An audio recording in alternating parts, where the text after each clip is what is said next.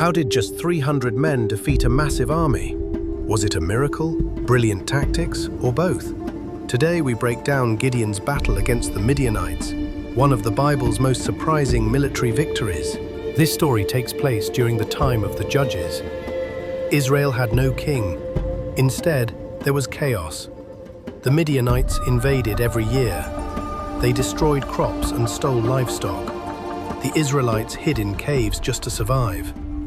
They were starving and desperate. Who were the Midianites? Nomadic desert tribes. They used camels for speed and mobility.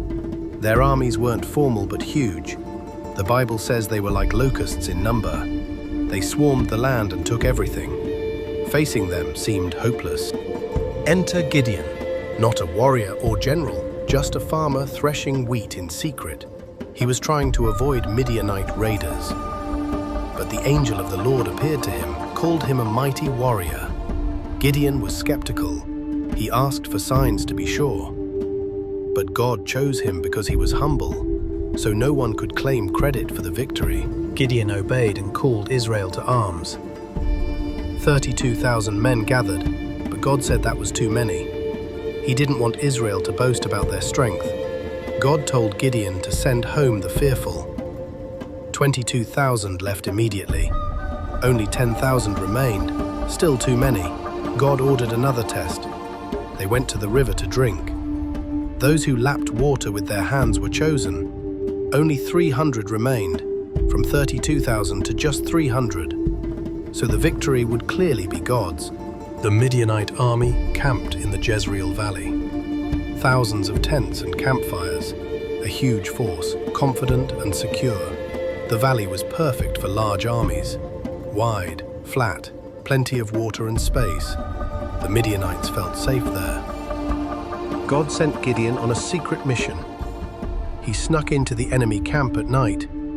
He heard a soldier telling a dream. A loaf of barley bread rolled into camp and flattened a tent. Another soldier said it meant Gideon would defeat them. This wasn't just encouragement, it was intelligence. Gideon knew the enemy was already afraid. Gideon's plan was genius. He split his men into 3 groups of 100. They carried trumpets, clay jars, and hidden torches. At night, they surrounded the camp. Normally, only officers had trumpets. 300 trumpets suggested a huge army. The jars hid the torchlight until the last second. The surprise would be total. In the dead of night, Gideon gave the signal. They smashed the jars. Torches flared to life. They blew the trumpets. They shouted, "A sword for the Lord and for Gideon." The Midianites woke in terror. Blinding lights, deafening noise. They thought they were surrounded by thousands. In their panic, they turned on each other. The entire camp fell into chaos. The Midianites fled in fear. Gideon sent messengers to rally Israel. They cut off the enemy's retreat. Midianite leaders were captured and executed. It wasn't brute force, it was strategy, psychological warfare, perfect timing, and faith. Gideon's victory is a study in smart tactics. He used surprise. He used deception. He exploited enemy fear.